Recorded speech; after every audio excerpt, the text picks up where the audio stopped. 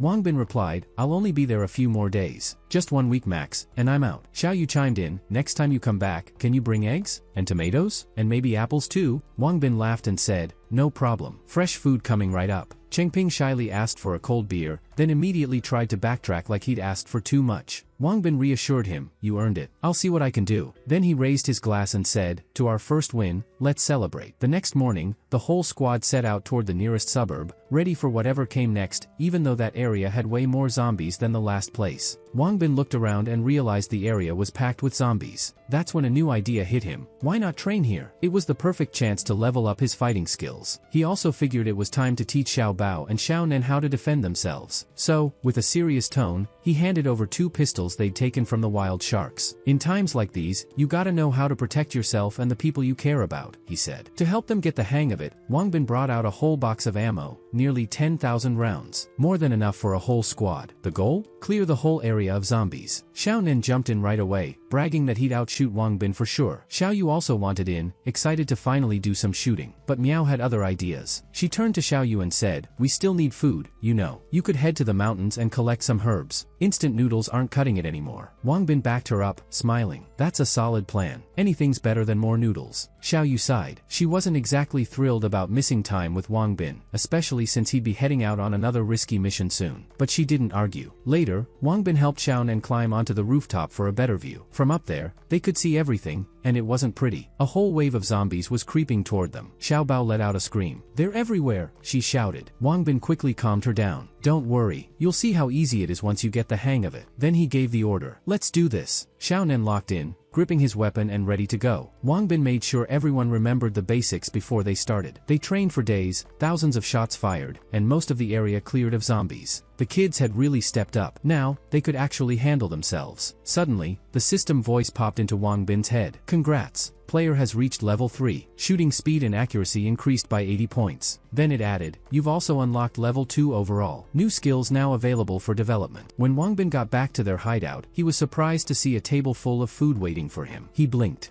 What's the occasion?" Xiao Yu, a little shy, said, "We just wanted to thank you for everything you've done." Wang Bin smiled. It wasn't a big party, but for a world like this, it felt like a warm moment of peace. Wang Bin felt a little awkward with all the attention. He asked why everyone was going so over the top with the celebration. Chengping smiled and explained, "Miao was really upset when she found out you were leaving soon, so she planned this farewell dinner for you." Apparently, Miao had roped in Xiao Yu and Yanan too. They'd gone up into the mountains to gather fresh herbs and spices to make the meal feel extra special. Chengping chuckled. "Even at my age, I haven't felt this much emotion in a long time." Miao clapped her hands and told everyone to sit down and enjoy the feast while it was still warm. Wang Bin was genuinely touched.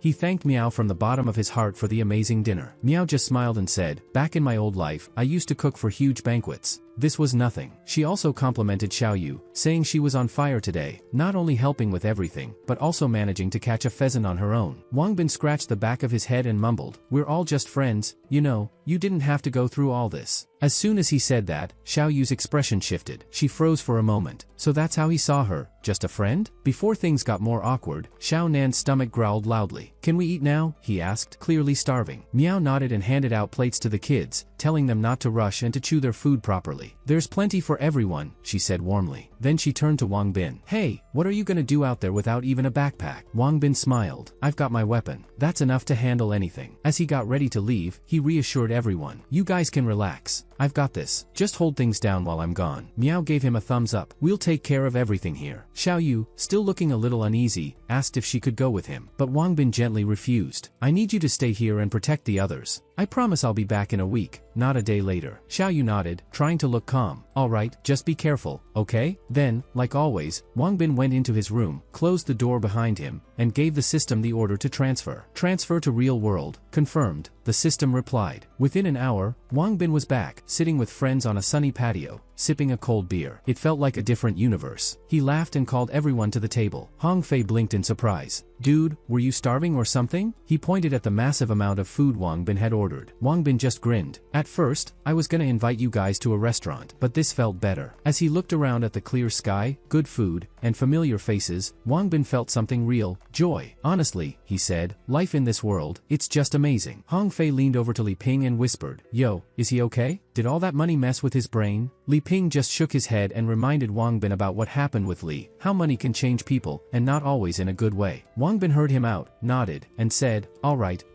let's change the subject. What about you, Hong Fei? Any plans for the future? Hong Fei shrugged. Honestly, I've always wanted to start my own business, just haven't figured out what kind yet. Wang Bin lit up. What about jewelry? You ever thought about opening a jewelry store? Hong Fei looked surprised, but curious. Wang Bin leaned in and said, I can set it up. You guys won't need to invest much, I'll handle most of it. Hong Fei and Li Ping were hyped. The idea sounded solid, but Hong Fei had doubts. Bro, he said, even if I hit the lottery, that still wouldn't be enough to start something like that. Wang Bin laughed. Don't worry, I've got it covered. I'm ready to invest 2 tons of gold. Li Ping literally froze. Wait, 2 tons, he said, wide-eyed. He quickly did some math in his head, and Hong Fei helped confirm it. That's like $800 million, dude. Even after double-checking the numbers, they both stared at Wang Bin like he'd just dropped out of the sky. Wang Bin just smiled and said, forget the math for now. I'll show you the gold at my villa. Li Ping blinked. Wait, you have a villa now too? When did that happen? Later, when they pulled up to the place, both guys were speechless. It was massive, super modern, spotless, and rich with vibes. Li Ping said, I've never seen this much gold in my life. Hong Fei laughed and said, this feels like a dream. I don't want to wake up. Li Ping chuckled. Want me to smack you awake? But then Li Ping got serious and looked Wang Bin in the eyes. Alright, real talk. Where's all this coming from? Be honest with me. Wang Bin paused, then changed the subject. I need you guys to help me find a spot for the store and start the paperwork. We're making this official. Li Ping's eyes lit up. Say less. I'm on it. Hong Fei tried to stop him. Wait, I still wanted to talk about stocks and trading, but Wang Bin cut in and handed them both a document. You guys are full partners now. I'm giving you each 10%. Hong Fei looked shocked. That's super generous. I mean, we're friends, but business is business. Wang Bin just said, I believe in you. Always have. You're gonna crush it. Then he added, Hong Fei, you're great with people. You'll handle the team and HR. Li Ping, you're all about numbers and structure. I want you managing operations and design. The plan was clear. The foundation was solid. And for the first time, they weren't just dreaming anymore. They were actually building something big. Wang Bin had big plans. He wanted to open an investment company, and he already knew who he wanted as the director. His friend Hong Fei. In Wang Bin's eyes, Hong Fei had the talent, the brains, and the leadership to run the whole thing. Li Ping, moved by how much Wang Bin cared, actually teared up. Dude, you really believe in us, huh? Just then, a truck pulled up to Wang Bin's house. It was packed to the brim with stuff he had ordered earlier. Once everything was unloaded, Wang Bin called his friends over to check it out. Li Ping looked around, confused. Bro, why'd you buy so much rice and flour? Then he saw the fresh fruits and veggies stacked high and laughed. Wait, are we throwing a party or something? Wang Bin shook his head and said, trust me, it'll all come in handy real soon. Li Ping didn't question it. He just smiled, thanked his friend, and headed out with Hong Fei to get started on the new company setup. Before leaving, Hong Fei looked back and said, this convo isn't over yet, alright? We still need to talk. Once they left, Wang Bin decided to go for a walk. He wanted to enjoy the calm, the kind of peaceful day that used to be normal. Lately, he had spent way more time surviving in that other world, the post-apocalyptic one. And even though he was back here now, that world had left a mark on him. It changed how he saw things, made him appreciate the small stuff. The sudden wealth he had stumbled into also changed everything. He thought, if it wasn't for that accident, I'd probably still be out here chasing dreams like everyone else. Just then, a guy sprinted past him, shouting that he was gonna be late for an interview. That hit Wang Bin hard. He thought, man, no matter how much I've gained, stuff like this reminds me that I'm not better than anyone. I just got lucky, and I better use that luck wisely. But his thoughts were cut short when someone suddenly called out his name. He turned, and froze. It was a group of guys, not just random strangers. These were the same people who'd been following him since the start of his journey. They saw the fear in his eyes and smiled like they already knew how this would end. Right away, Wang Bin figured this had to be Li doing. Still, he kept it together and asked calmly, what do you want from me? One of the guys stepped forward, their leader. He gave Wang Bin a look and said, you're braver than I expected. Most people panic. ever heard of me? Name's Dong. And trust me, I'm not here for small talk. I've got personal business. Wang Bin didn't even hesitate. He straight up accused them of lying, sure that Li and his twisted obsession with revenge were behind all of this. Dong just laughed and said, "You won't be cracking jokes much longer." Then he confirmed Wang Bin's suspicion. Clara had actually ordered him to deliver Wang Bin's leg to Li. Wang Bin felt his blood rush. "Take my leg? Man, you can take my whole life if you want, but I'm not handing over anything." Not wanting to fight right in the middle of the street, Wang Bin offered a deal. "Let's move somewhere quiet and settle this." Dong loved the idea. "Perfect. Let's go to the forest. No one's gonna bother us there." One of the bandits looked a little nervous and whispered to Dong to be careful. Wang Bin didn't seem like an ordinary guy. Dong nodded. "Call in reinforcements. I'm not taking any chances." Then he turned to Wang Bin and said, "Look, I actually respect your guts. Not many would stand like this." Wang Bin didn't care for the small talk. "Then stop wasting time. Let's get this over with." Dong grinned. "Fine. Let's make this fun. Honestly, if it weren't for the order, maybe we could have been friends." Meanwhile, Wang Bin was getting ready. He had just leveled up his fire-based hand skill, and now was the perfect chance to see how good it really was. But the moment Dong saw Wang Bin's stance, his whole vibe changed. He realized this wasn't just some student, this guy was trained. He quickly ordered his men to surround and attack Wang Bin from all sides. Wang Bin knew this wasn't going to be easy. Taking on a whole group? Yeah, that wasn't in the plan. But it was too late now. Dong shouted, "Come on, let's see what you've got." Then something wild happened. Wang Bin caught a machete bare-handed. The bandits froze. Even Dong was shocked. Wang Bin looked around at the stunned faces and said, "You guys act tough, but you're more like kittens pretending to roar." Then, boom, he landed a solid blow right to Dong, knocking him off to the side like he weighed nothing. That new skill? It worked. And Wang Bin was just getting started. He called out to the others, "Come on, who's next?" Just then, backup arrived for the bandits. Reinforcements jumped in and surrounded Wang Bin. Now it was like 5 against 1, maybe more. Dong, still recovering, called out, "You're outnumbered now. Game over." He smiled and added, "Forget your leg. We'll take everything." Wang Bin knew this wasn't gonna be a fair fight, and honestly, he hadn't planned on this many enemies. But he wasn't backing down. Not now. Time to put that skill to the test for real. Dong gave the signal. "All of you, take him down. Now." When the bandits saw Wang Bin holding a weapon, they froze. He looked way too young to be carrying something like that. They instantly turned on Dong. "You didn't tell us he was strapped." Wang Bin didn't back down. He even dared them to come at him all at once. He called them out. "You guys act tough, but you only pick fights with people who can't defend themselves. What now, huh?" Dong tried to hype his crew up. "He's bluffing. There's only one of him and like 20 of us. He doesn't have enough ammo for everyone." But the hesitation in the group was clear. They weren't buying it. Wang Bin pointed his weapon directly at them and said, "So, who's brave enough to take the first hit?" That's when reality hit Dong. Wang Bin wasn't playing games. He was dead serious. Dong tried to shift gears. He gave some over-the-top speech about his gang's power but cut it short when he saw Wang Bin aim the weapon, ready to fire. His voice cracked as he awkwardly tried to make peace. "Hey, man, no need to go that far. We can talk this out." But Wang Bin wasn't interested in chatting. The bandits freaked out and started begging for mercy. They swore they'd surrender. Wang Bin kept his word. He fired, right into Dong's leg. Then he said coldly, "I don't care how many of you there are. What matters is who's holding the weapon now." One of the guys dropped to his knees, asking for forgiveness and saying he wanted to turn his life around. Wang Bin looked at him and said, "A minute ago, weren't you the one trying to act all high and mighty?" Another one piped up, asking if they could just leave. They fully admitted Wang Bin was right. Wang Bin waved them off. "Go, and don't let me see you again." Then he turned to Dong, now on the ground, and tried to calm him down a bit. The rest of the guys said they'd get him to a hospital right away. Once they were gone, Wang Bin finally exhaled. For now, he had scared them off, and maybe bought some time before that idiot Li tried anything again. Just then, his phone buzzed. It was Hong Fei, clearly freaked out. "I heard you got jumped. Are you okay?" Hong Fei asked. Wang Bin replied, "I'm good. Handled it." Hong Fei was stunned. "Wait, you took on the Yakuza guys alone?" Wang Bin nodded. "Yup, but can you come pick me up? I'm done here." Later, sitting at a quiet cafe, Hong Fei was still fired up. "I can't believe they tried something like that. Does Li really think he can get away with this?" Wang Bin looked him in the eye. "I want you to find out everything you can about him. I'm laying low for a bit." Hong Fei agreed right away and promised to keep him updated. Then, the conversation shifted. "So, what's going on with the shop?" Wang Bin asked. Hong Fei explained, "There was a hiccup with the license, so Li Ping went out to look for a new location. But don't worry, we're on it." Wang Bin nodded and told them to open the store as soon as they found the right spot. Hong Fei promised to stay in touch, but his anger toward Li still hadn't cooled down. Wang Bin tried to calm him. "Don't worry, sooner or later, he'll get what's coming." Then he stood up and said, "I've got stuff to take care of. One last thing, don't contact Li, don't give him any reason to come after you." Hong Fei nodded like he agreed to let it go, but deep down, he was thinking, how can I just let the guys who messed with my best friend walk free? So he called Li Ping. "Any luck tracking down Li?" he asked. Li Ping replied, yeah, found the dude at that club downtown, same place he always hangs out. At that moment, Li had just walked out of the bathroom and was about to hit on a couple of girls nearby. Out of nowhere, Li Ping came up behind him with a casual request for a lighter. Li snapped like always, back off, don't touch me. But before he could say another word, Li Ping hit him hard and kept going. Hong Fei, standing nearby, shouted, let's make sure he remembers this day. Terrified, Li immediately started begging. I'll give you money, whatever you want, just don't hurt me. Li Ping replied, we don't want your money, and trust me, this is gonna be a bad day for you. Then he leaned in and told Li exactly what was waiting for him in the bathroom, with a smug smile. Why don't you dive in face first? Li pleaded, please, I won't survive that kind of humiliation. But Li Ping just laughed and said, too late. Then he and Hong Fei took off, disappearing into the crowd before security even noticed. Meanwhile, Wang Bin was getting ready for his next return to the post-apocalyptic world. He packed up all the supplies carefully, making sure everything would last. Then he thought, why not throw in a cooler full of cold drinks too? His crew would definitely be hyped when they saw how much he brought. Wang Bin opened the system and used the item transfer feature. A little bucket appeared in front of him, ready to store anything. The system chimed, transfer to system space activated. Unlimited storage now available. Wang Bin smiled. This function was seriously clutch, perfect for bringing stuff between worlds. Back in the other world, Xiaoyu was starting to worry. Wang Bin had been gone a while. Harms tried to calm her down. Even if he doesn't come back, he said, we should still wish him luck. Don't hold it against him. He reminded everyone how rare someone like Wang Bin was, especially during times like these. Miao nodded and said, honestly, in this world, you're usually on your own anyway. But Xiaoyu shook her head. No, he made me a promise. He said he'd come back. Even though Xiaoyu used to have doubts, deep down she still believed Wang Bin would come back. She remembered the last time he returned after being gone for a while. It had felt like pure joy. Nancy stood by her. I know him, she said. There's no way he'd let you down. Xiao Bao agreed. If he didn't come back, I don't think I'd handle it. We still have that promise to practice together, remember? Just then, the door opened, and there he was. Wang Bin walked in with a big smile. Miss me. Xiaoyu didn't hold back. She ran up to him and gave him a huge hug, not caring who saw. Her feelings were out in the open now. Wang Bin laughed and said, okay,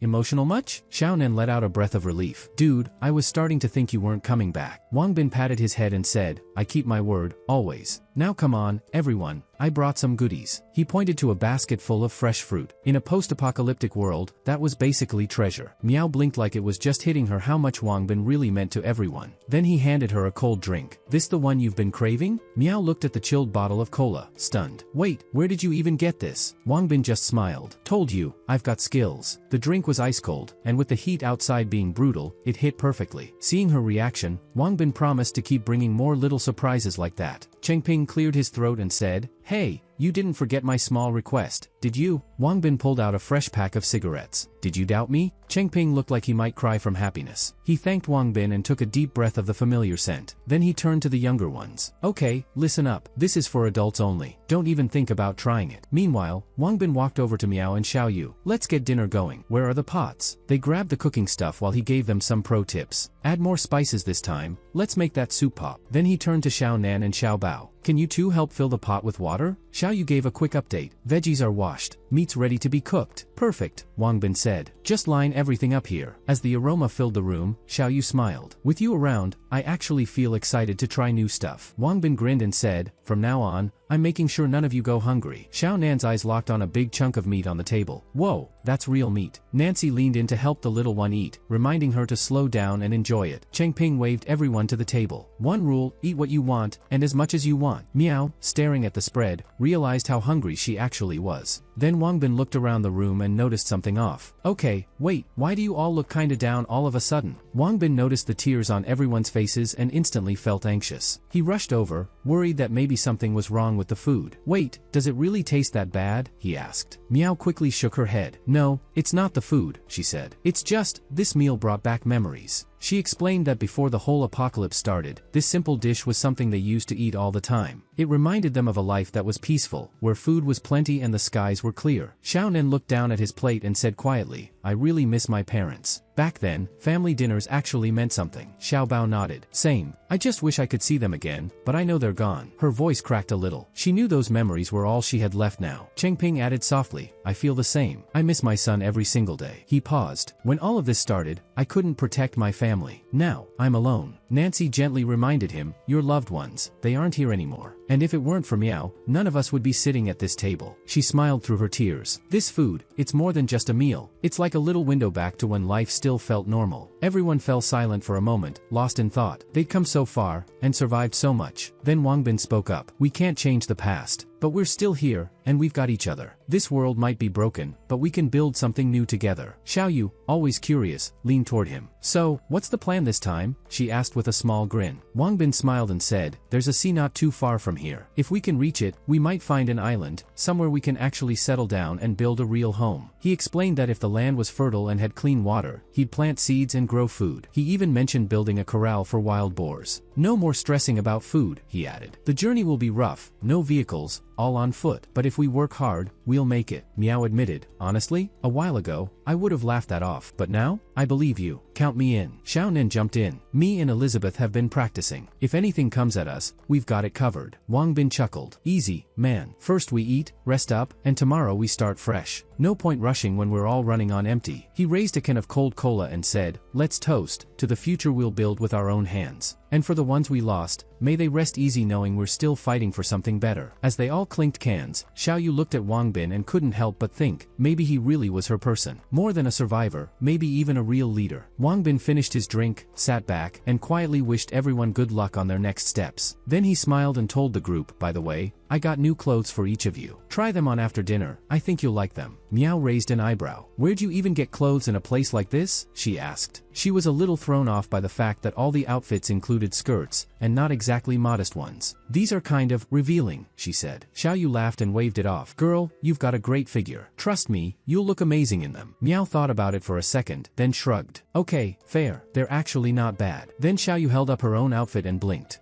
Why are these panties so tiny? The little cat ear headband also threw her off. Okay, and what's with this? She asked, holding it up. Wangbin chuckled to himself and decided it was time to unwind. He headed to the bath, where a sweet little note from Xiaoyu was waiting. She had even drawn a heart on it and said she'd prepared a hot bath for him. Soaking in warm water inside a fancy villa during an apocalypse? It hit different. Wangbin realized, what's the point of having gold, comfort, and safety if you can't enjoy at least one peaceful day? Deep down, he wanted to build something like this for everyone, a real home where they could actually breathe easy. Just then, the system popped up. System status, stable, it reported. Wangbin blinked. Wait, are you reading my mind now? Not exactly, the system replied. Just doing my job. By the way, you should go find more gold. Wangbin sighed. Yeah, I know. He told himself right then. He had to get stronger, not just for himself, but to protect everyone who counted on him. That's when Xiaoyu knocked lightly and asked, is the water okay? Wangbin smiled. Yeah, it's perfect, thanks. Then out of nowhere, she said, mind if I join you? Wangbin nearly slipped under the water. Wait, what? I don't think that's a good idea. Xiaoyu ignored him. Well, I'm already almost undressed, so. Wangbin panicked a little and tried to stay calm. Xiaoyu, maybe just wait a bit? We're not, you know. She tilted her head. Why not? Unless you want to be my boyfriend? Wangbin's jaw dropped. Xiaoyu didn't laugh. I mean it, she said softly. Lately, I've been thinking about you all the time. You've been there for me more than anyone else. Wangbin didn't know what to say. His mind was spinning. He didn't want to mess with her emotions, especially if she was just confusing gratitude with real feelings. Xiaoyu looked a little hurt. Why are you hesitating? She asked. Did I say something wrong? Wangbin sighed. No, it's not that. I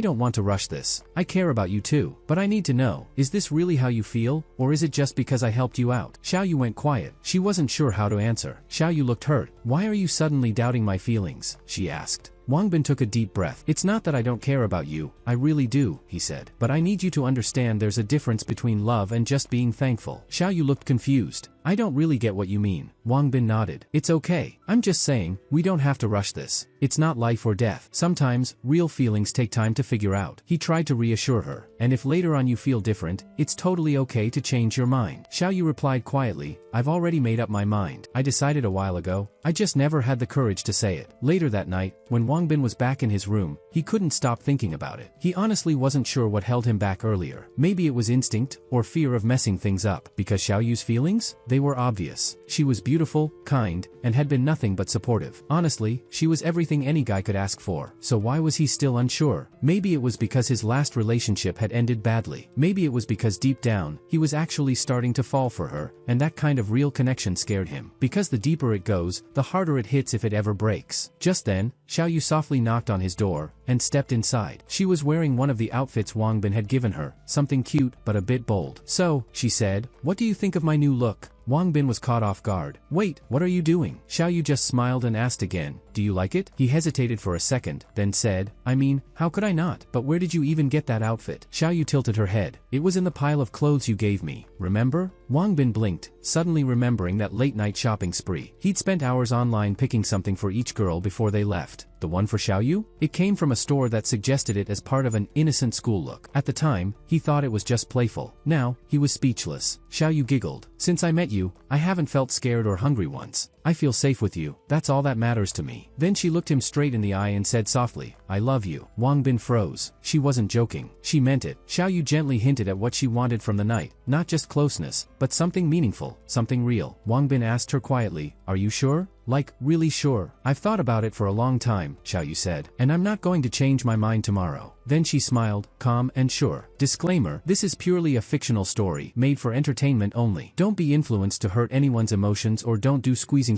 before marriage. If you still go ahead, it's completely your own responsibility. The next morning, the group set out toward the coast. They didn't find a single working vehicle along the way, so they had to walk the whole distance. While they moved, Wang Bin kept thinking, if he could just get more gold, he might be able to upgrade the system enough to bring a ride over from his world. During the day, they ran into a few zombies, but thanks to their training and gear, the group handled them easily. To avoid drawing attention, they stuck to bladed weapons whenever possible. Wang Bin noticed something. After upgrading the system, he felt quicker and more durable. Miao raised an eyebrow and asked, "Okay, since when were you secretly a martial arts pro?" Wang Bin didn't answer, mostly ignoring Miao's usual worry. Xiao Yu jumped in, telling him he didn't need to stress. With her strength, smarts, and guts, he was in safe hands. Miao was surprised how close Wang Bin and Xiao Yu had gotten recently. Later, they reached an abandoned rich neighborhood and stopped to rest. Wang Bin figured there might be valuables left behind, maybe something that could help boost their shelter's defenses. Even though there were fancy villas everywhere, he picked a hostel to stay in for the night. It was the tallest building, so it gave them a perfect view of the area. They agreed to stay there and figure out the next steps in the morning. But they didn't know someone was watching. Nearby, a group of local bandits caught the mouth-watering smell of cooked ham coming from the building. They guessed someone inside was making a fresh meal, and by the looks of the travelers' big backpacks, they figured they were loaded with food and supplies. Some of the bandits were all for attacking right away. Others hesitated, pointing out that the group looked pretty armed, and a head-on conflict might not end well. The gang's leader thought about it. "It's just 2 dudes, he was reminded, "and one of them's hurt. The rest are just kids. We can take them." Still, they decided to report to their main boss. Back inside the shelter, Chengping was relaxing, enjoying the cigarettes Wang Bin had given him. He remembered Xiao Yu's guard shift had started 3 hours ago, and asked why no one had woken him up. Xiao Yu explained she took his shift because his leg was still healing. Chengping gave her a tired smile. "Yeah, standing guard with a bum leg's not ideal." Before heading off to rest, he asked her to wake him up if anything sketchy happened. As rain started pouring, Xiao Yu stood at the entrance, keeping watch. She figured by morning, the whole area would turn into a mud swamp. Then something made her stop. She felt it, a weird presence. In the tall grass nearby, something moved. At that moment, the bandits reached their leader. They said everyone was ready to move in. The boss looked at them and asked, "You sure you can handle the girl at the entrance?" They glanced nervously toward the hostel, where Xiao Yu stood, unmoved, like she already knew what was coming. The bandits told their leader they were ready to back him up in case anything went wrong. Once the chief felt everything was under control, he gave the order to attack. Turns out, Wang Bin's gut feeling was right. Someone had been following them. Movement started showing up from both sides, and it became clear they were surrounded. Wang Bin heard the noise and turned to Xiao Yu. "What's going on out there?" Xiao Yu looked through the rain. "I count about 20 people," she said, "but I can't tell if they're armed." Wang Bin frowned. What if that's just a scouting group? There could be more behind them. Thinking fast, Wang Bin split everyone into positions. He, Xiao Yu, and Miao would cover the windows. If things got serious, they'd fire. Chengping was in charge of the stairwell. Chengping nodded. "They're not getting up these stairs. I've got it." Xiao Nen and Xiao Bao were fired up and ready to fight, but Chengping told them to help pack up supplies instead and protect the rest in case things got messy. Wang Bin kept an eye on the enemy, trying to figure out their strategy. It looked like they were planning a sneak attack, hoping to catch the group off guard and finish them quick. Wang Bin knew what to do. To scare them off, he needed to take out one of them, fast. The bandits were creeping closer when suddenly, a sharp shot rang out. One of the attackers dropped. The rest panicked and scattered. Whatever courage they had vanished on the spot. Xiao Yu was hyped. That was insane. Right in the head, she said, ready to rush out and finish the rest. But Wangbin stopped her. Careful, he warned. The more we shoot, the more likely we attract zombies. Meow nodded. Let's not turn this into a full shootout. Xiaoyu, clearly frustrated, said, anyone who tries to hurt Wangbin is gonna regret it. Wangbin could tell she'd tear through enemies if she had to. Meanwhile, the enemy leader was freaking out. How do they have that much firepower? He muttered. He guessed Wangbin might be using some kind of night vision gear. How else could he see them so clearly in the rain? Now the bandits realized, fighting this group, day or night, was basically a death sentence. So the chief came up with a new plan. If they couldn't beat them with weapons, he'd use zombies. He ordered his men to lure a horde from the west side of the village toward Wangbin's shelter. It was a dirty move, but he was sure it would work. The next morning, Wangbin woke up to clear skies. The rain had finally stopped. He stretched and looked out the window, relieved nothing had happened overnight. Feeling a bit more relaxed, he turned to Xiaoyu. You've been up all night, go get some rest. I don't think they'll be coming back. Xiaoyu refused to leave. She said she wanted to stay close to Wangbin until he disappeared again for another whole week. Wangbin tried to calm her down, saying there wasn't any real danger. But just then, they heard a weird noise outside. It instantly put Wangbin on edge. Xiaoyu tried to calm him, saying it was just zombies approaching. Still, she found it strange. Why now? Why didn't they react to the gunshots from last night? The sounds felt off. From the other side of the building, they started hearing that familiar zombie growl, but way louder. It didn't take long to realize what was happening. A full-blown horde was closing in. Xiaoyu immediately suspected the bandits were behind it. No way zombies just showed up like this out of nowhere. The whole thing was too suspicious. Wangbin, on the other hand, looked kind of excited. He saw it as a good chance to practice shooting at live targets. He even joked that the bandits were dumb if they thought this would scare him. He turned to the others and said, this is actually a perfect opportunity for Xiao Bao and Sok to get some target practice. Meow looked a little worried, but Wangbin told her not to stress, they still had enough food for a few days. Even Chengping, who had been pretty anxious earlier, was starting to chill. At first, Chengping had totally panicked when she heard how many zombies were outside. She couldn't believe the building was surrounded, and she thought the group was trapped for sure. But the others weren't scared. They remembered what Wangbin had told them. This was all part of training. Meow tried to calm Chengping down, saying the dead couldn't get inside, and told everyone to sleep for now. They'd continue practicing in the morning. Meanwhile, outside, the bandits were celebrating. Their plan was working, or so they thought. They were convinced Wangbin would waste all his energy and ammo trying to hold off the horde. But inside, the building was oddly calm. By morning, Wangbin had slept well and was in a great mood, even ready for a long shootout if needed. Xiaonan brought up the zombies again and said they should start training soon. But Wangbin wasn't in a hurry. First, he wanted breakfast. He figured the bandits were still watching from somewhere, so he decided to mess with them a bit. He started cooking beef and onions, making sure the smell drifted far and wide. When the kids heard about beef for breakfast, they were hyped. It was the best thing they'd eaten in days. Meow, being the voice of reason, reminded Wangbin that they might be stuck in the building for a while and should maybe go easy on the supplies. But Wangbin told Meow to relax, food and ammo weren't the real problem. There was something bigger going on. Meanwhile, outside the building, the bandits were stuck eating plain vegetable soup for breakfast. The chief was sick of it but held on to hope that Wangbin's group had way better food. That hope turned real the second they smelled something amazing drifting through the air. That smell? It was unmistakable: beef, onions, spices. Someone was cooking up something on fire. Inside, Wangbin couldn't help but smile. His plan was working. He invited everyone to the table and told Xiaonan and Xiao Bao not to hold back. Xiao Bao was hyped. She said her cooking was top tier and shouted for someone to bring her cutlery. Meow said she was seriously impressed, and Xiaoyu added that she made the right choice picking Wangbin, calling him the best guy in the world. Meow was still a little confused, though. Wait, you cooked all this, just to make the bandits mad? Wangbin nodded. Yup, I did it on purpose. Meow gave him a light scolding, but deep down, she knew it was kind of genius. Then Wangbin served up fried broccoli and shrimp. Everyone was surprised by how chill he was in the middle of all this chaos. Outside, the bandits were losing it. They were starving, and now they had to smell all this amazing food? One of them even muttered that they'd end up doing something desperate if this kept up. Their leader told them to chill. He reminded them how his village used to thrive before the apocalypse hit, over 300 people living simple but happy lives. Then the infection spread, and now only 20 were left. He understood why his crew was on edge. Hunger makes people lose control.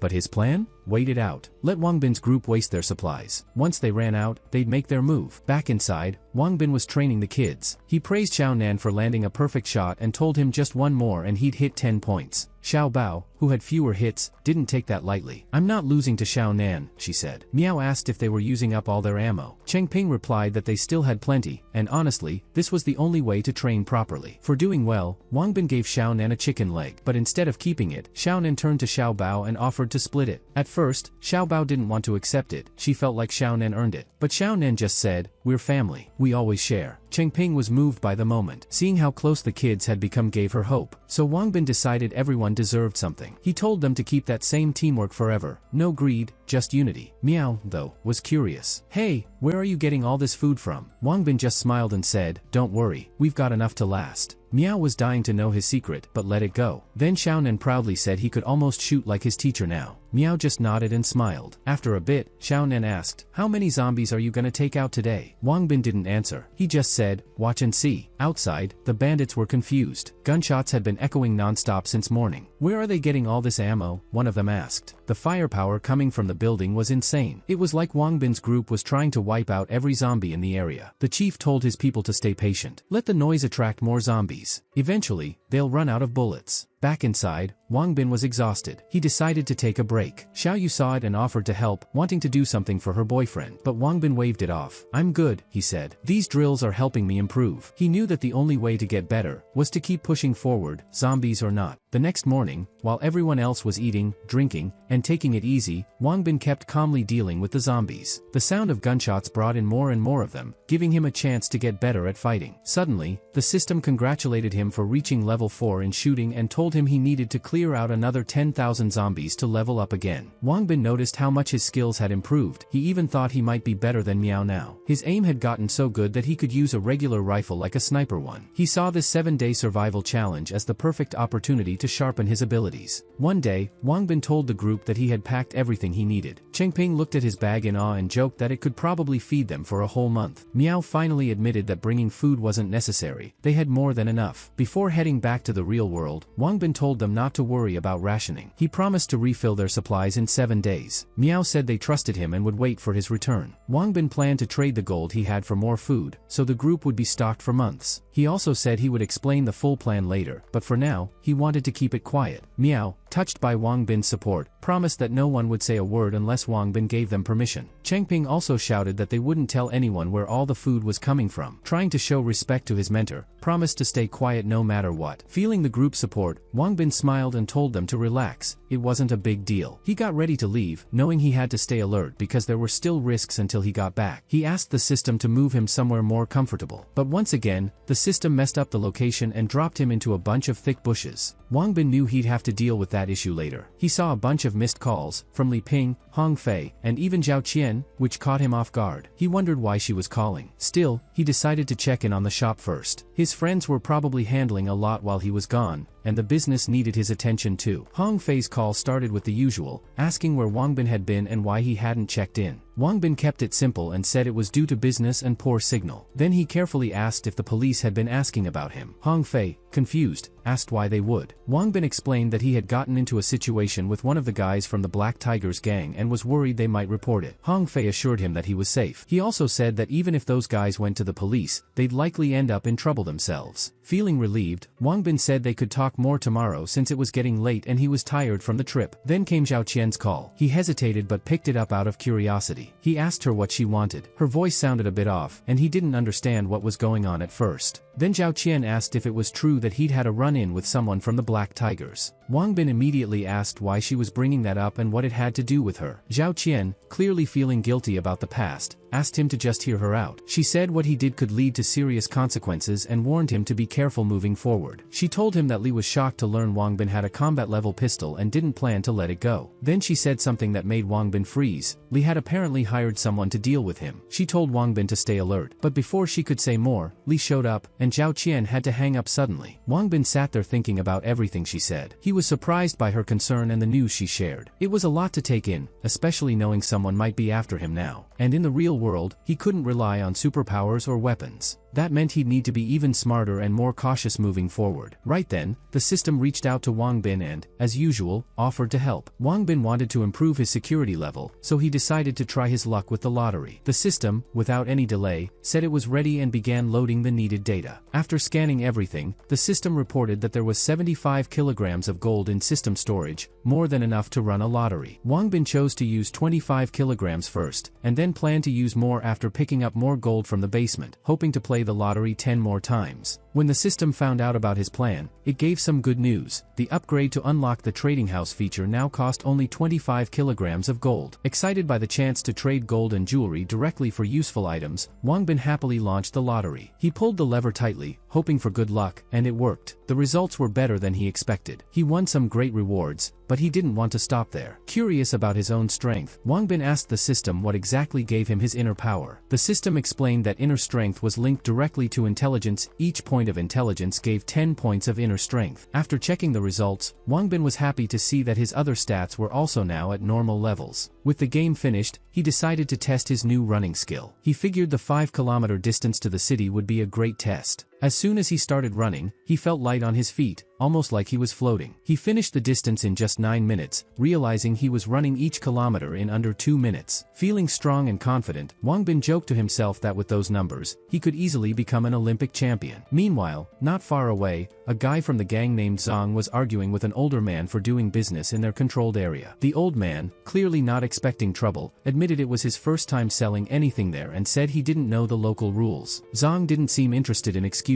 He simply said that not knowing the rules didn't mean you could avoid paying the required fees. Watching from a distance, Wang Bin realized that the Black Tigers were still using the same old methods to get what they wanted. Zhang took a different approach. He tried to keep things calm and offered to talk it out peacefully. He turned to the nervous old man and said he'd help sort out the payment issue. People nearby who saw the whole thing were surprised at how the younger guys were bothering the old man. Wang Bin thought to himself that the Black Tigers didn't exactly have a great reputation. Most people didn't want to deal with them at all. Then Zhang noticed a young woman standing next to the old man. It was his daughter. He saw a chance to take advantage and acted like she reminded him of his sister, pretending to be friendly. He pointed out that she didn't look like a student anymore and stepped closer to her. The old man quickly stepped in to protect his daughter and firmly said that she wasn't even 18 yet. Zhang, upset by the comment, warned the old man to stay quiet. Wang Bin watched all this with growing frustration, wondering how people could just stand by and say nothing when things like this happened. Zhang ignored the old man's warning and kept trying to intimidate the girl, who clearly didn't want any trouble. Out of nowhere, Master Li, who happened to be walking by, stepped in. He said firmly that a real man doesn't bother the weak or raise his hand against a woman. Zhang didn't like that and got angry. He threatened the old man again, but Master Li stayed calm and told him to try something first before making threats. Suddenly, Zhang felt like he couldn't move, as if something invisible was holding him in place. The guy didn't understand what was going on and told Zhang to take down the old man. Wang Bin, watching nearby, couldn't figure out why Zhang wasn't doing anything. But thanks to his special ability, Wang Bin could actually see Master Li's energy, which was stopping Zhang from attacking. Master Li calmly teased Zhang, reminding him of the bold threats he just made. Furious, Zhang called for backup, telling the others to help him handle the situation. That's when the guy finally lost his patience and rushed forward, thinking he could easily defeat Master Li. But Master Li just smiled, complimented the guy for trying, and didn't even seem to feel the first hit. Then he told the guy that if he wanted to be skilled, he still had a long way to go. The guy was shocked at how easily the old man blocked his move. He even asked if Master Li was using magic, but Master Li laughed and said that magic was a thing of the past. He had better ways now. He pointed out how young people today are so focused on technology that they've forgotten the ancient art of Kung Fu. The gang members couldn't believe what they were seeing. Master Li was handling all their attacks with ease. It was clear to everyone now, this wasn't just some old man. He was a true martial arts expert with serious skills. Finally, Zhang had enough. He shouted at his crew to take out their weapons and finish Master Li. He yelled that the old man was asking for it and would regret ever stepping in. Master Li, still calm, dodged every attack with no effort. He said there was no one in the world who could take him down, not when he had mastered his technique. When he noticed Zhang holding a knife, Master Li quickly knocked it out of his hand and said that people should focus on improving themselves first before trying to teach others. During all the chaos, two gang members accidentally bumped into each other and ended up in a weird and funny pose, which made the whole thing look even more ridiculous. Zong suddenly jumped behind Master Li, trying to catch him off guard. Master Li was a bit surprised that this bald guy was still standing, but he was ready to fix that right away. Before he could move, Wangbin stepped in and used his fire hand ability, throwing Zong several meters away with just a wave of his hand. Master Li was shocked. He recognized that technique. It was a top-tier flame skill. He couldn't help but wonder who had trained Wangbin. Seeing that someone so young had such strength and control really impressed him. Master Li was clearly pleased and saw a lot of potential in Wangbin after he easily took down the gang leader. Wangbin quickly ran over to check on the old man and the girl, hoping they hadn't been hurt. The old man, feeling grateful, asked how they could thank them for the help. But Wangbin just warned them that there might be trouble later and asked the old man not to sell goods in that area again. Meanwhile, the guy was already running away and couldn't believe the teacher had shown up. He had no idea who called him. Zong, still shaken, shouted for his gang not to leave him behind. But Wangbin turned to him with a serious tone, clearly not ready to let things slide. He told Zong that their conversation wasn't over. Wangbin knew this event would likely lead to future run-ins with the gang, so he needed to send a clear message now. Even though the Black Tigers had a strong reputation, Wangbin couldn't understand how things had gotten so out of hand. He stopped for a second, apologized for the random thought, and moved on. Zong then asked what group Wangbin was from. Wangbin replied that he didn't belong to any group. He lived on his own, without protection from anyone. Master Li stepped in and said the bald guy didn't even deserve to know Wangbin's name. He told Wangbin he'd explain more later, in private. Wangbin then looked at Zong and told him directly, "The master wants you gone. So do yourself a favor and leave while you still can." Zong froze, finally realizing that Wangbin was the same guy who had taken down Fuse earlier. He remembered the rumors, how Wangbin had looked out for others and even injured Fuse, who was now in the hospital. Now faced with someone from that past conflict, Zong realized he had messed up. The only smart move left was to run. As Wangbin repeated himself and told Zong to leave, Zong snapped out of it and awkwardly said he didn't hear the question. Wangbin was losing his patience. He asked bluntly, "Are you deaf or just acting like it?" Then he told Zong again to leave right now, and questioned why he was still standing there. The bald guy quickly said he'd be gone in a second. Everyone nearby burst out laughing. They couldn't believe that someone from such a scary gang was backing off and running away like that. One of the people nearby told Wangbin that he should leave the area right away because the Black Tigers gang wouldn't take today's loss lightly. Another person agreed and repeated the advice, saying that if he stayed, a lot of people might come looking for him soon. Wangbin thanked them all for their concern and decided it was best to leave. Master Li then invited Wangbin to join him for a cup of tea. Wangbin happily agreed, seeing this as a great chance to meet someone he respected and to learn more about his skills. Master Li guessed that Wangbin had already reached the second level of the flame hand technique and asked how old he was. Wangbin said he was 21 and just a first-year student. His response impressed Master Li, who praised his talent. After a while, Master Li asked Wangbin for a small favor. Wangbin said he was happy to help however he could. Then, Master Li asked if Wangbin could show him his technique and do a friendly comparison between the Tai Chi style and the flame hand technique. At first, Wangbin hesitated and explained that the flame hand could be risky, but Master Li calmed him down, saying Tai Chi was known for being soft and controlled, and Wangbin wouldn't be able to hurt him. He asked Wangbin not to go overboard and said it was just a casual skill exchange. Wangbin wasn't sure at first but couldn't say no to someone like Master Li. He also felt the strong energy from the master and was curious to test himself against it. The master let Wangbin go first and promised to block the move. But Wangbin asked Master Li to attack first instead, saying he didn't want to accidentally go too hard. Master Li kindly refused and said that if he started,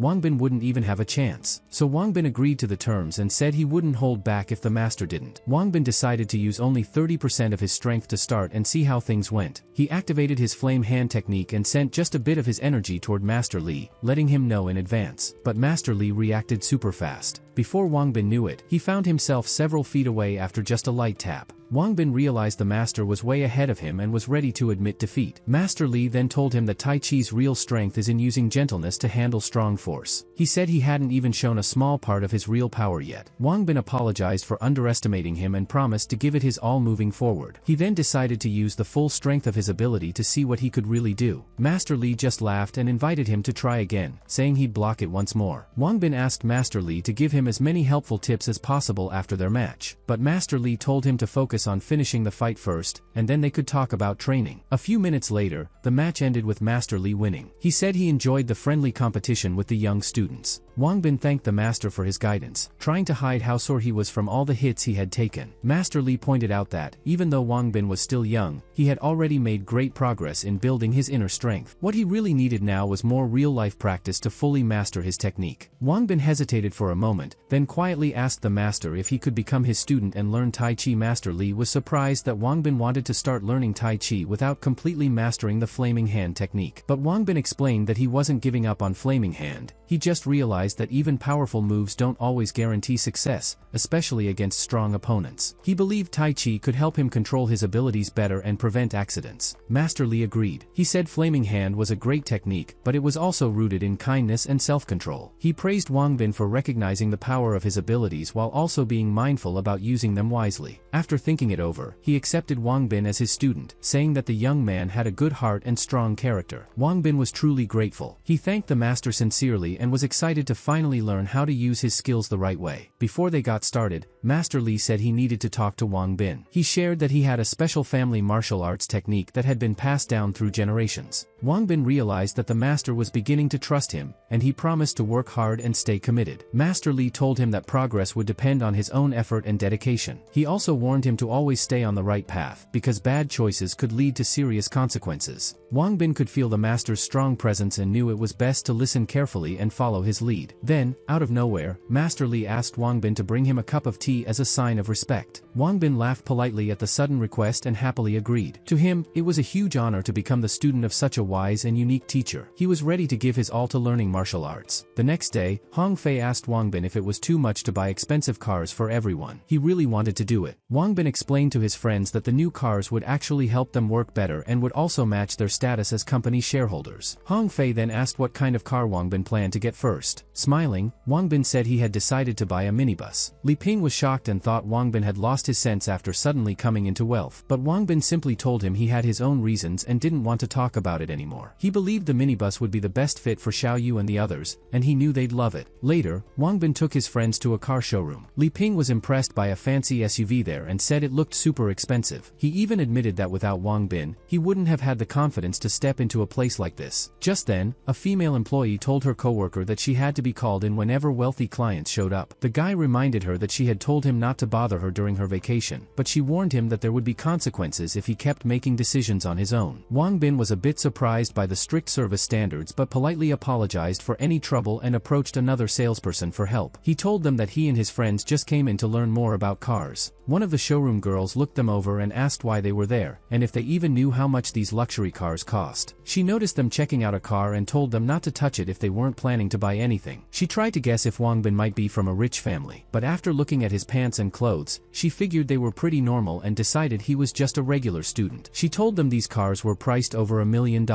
Wang Bin, hearing all this, calmly asked if she really thought he couldn't afford one. She told him to think carefully before dreaming too big and then asked her assistant to take over, saying she only worked with rich customers. The assistant tried to ease the tension and offered to help them choose a car. Wang Bin asked him if it was true he could get in trouble if he didn't meet his sales goals. The guy said yes, but promised to do his best to help if they were serious about buying. He started showing them a four-door sports car that started at $630,000. Li Ping tried to convince Wang Bin not to go for such an expensive car. He said it was more important to live within your means and that a person's honesty and character mattered more than showing off. But Wang Bin didn't really respond to that. He just asked if there were any even more expensive cars in the showroom. Of course, he respected his friends' opinions. They had been close for years. But now, he felt it was his turn to take care of them, and he wasn't going to let them turn down his help. Wang Bin told his friends that the money they had was nothing big, it was just the beginning, and one day it would help them become billionaires. Li Ping agreed and said their friendship was worth way more than any fancy sports car. Even the sales consultant admired their bond, though he wasn't totally convinced it was that special. Still, he invited Wang Bin to check out one of the most expensive cars they had, priced at nearly $1 million. Wang Bin liked it, but he asked if there was something even pricier. The consultant showed them the top model in the series. Wang Bin didn't want to waste time and asked his friends to test drive it. Li Ping was really impressed and asked Wang Bin to take the wheel. Hong Fei also wanted to try it out, since the only car he had ever driven was his dad's. Then, the consultant shared the price, $2.3 million. He said the car was totally worth it for the quality it offered. Hong Fei was surprised and admitted he didn't know cars could cost that much. Li Ping joked that they should have been warned about the price earlier, otherwise otherwise, they might have never sat in the car at all. Just then, a woman working there walked up and started scolding them. She asked why they were still in the showroom and if they planned to pay for any damage to the car. Li Ping was confused and said he had only sat in the car for a few minutes. Wang Bin told his friends to stay calm and said he would handle it. The woman then blamed her younger coworker for letting customers like them, who she assumed couldn't even afford a used car, get into such an expensive one. She kept complaining loudly. Hong Fei couldn't stay quiet anymore and politely asked why she was speaking to them like that. She still assumed they were broke students and even threatened to call security. Hong Fei was shocked and said every customer should be treated with respect, no matter who they are. Wang Bin stayed quiet and waited to see what would happen. A few minutes later, the woman pointed to them as the security guards arrived and claimed they were refusing to leave the dealership. The guy tried to talk things out with the girl, but she was already nervous and didn't want to hear anything. The guards, without even understanding the situation, threatened to kick them out of the luxury showroom. Hong Fei, getting a bit annoyed, suggested they let it go for now and meet again, but in court. Wang Bin, staying calm, asked the guards what would happen if they refused to leave. The guard warned them again and even tried to grab Wang Bin, but Wang Bin politely told him not to touch him or else he wouldn't be responsible for what happened next. Then, with one smooth move, Wang Bin knocked both guards aside, showing just how strong he was. Hong Fei was shocked by how fast and powerful Wang Bin reacted. Li Ping, super excited about what just happened, recorded everything on video, already thinking it would go viral online. The girl then angrily told Wang Bin that he would regret what he did, claiming he caused damage and had to pay for it. She even threatened to call the police. But Wang Bin calmly took out a gold bar and said it was more than enough to cover anything. He then pointed out that the real problem started because of the saleswoman, who made a huge scene for no reason. He said they just came to buy a car and had nothing to hide. They even had a video of the whole thing that they could post online. At first, the girl didn't believe them. She thought they were just regular students acting tough. But then one of the guards quietly told her the gold bar looked real. That made her start to question things. Maybe these guys weren't just ordinary customers after all. Wang Bin told his friends that every customer deserves respect, no matter how they look. He gave the saleswoman a warning, saying her behavior could hurt the dealership's reputation. But she didn't take him seriously and said the store didn't need customers like them. She even got mad at a coworker who tried to support the customers and said she would report him and get him fired. The guy, clearly tired of how things were being handled, decided to quit. He just wanted to do his job right but didn't want to become rude like her just to hit his sales goals. But then Wang Bin asked him to stay for a bit, saying he appreciated his honesty and good attitude. He told him that in life, you'll always find people who act like that, but it doesn't mean you should become like them. Then, to everyone's surprise, Wang Bin said he wanted to buy 3 top-of-the-line cars in different colors. The girl couldn't believe what she just heard and reminded Wang Bin that a car like that costs a fortune. Wang Bin, serious about his offer, asked her to give him the details to transfer the money. Li Ping, holding his phone, warned her again that she might end up losing her job soon. The girl, starting to get nervous, told Wang Bin she'd call the police if he turned out to be a scammer. Just a minute later, the security guard loudly told her that $7 million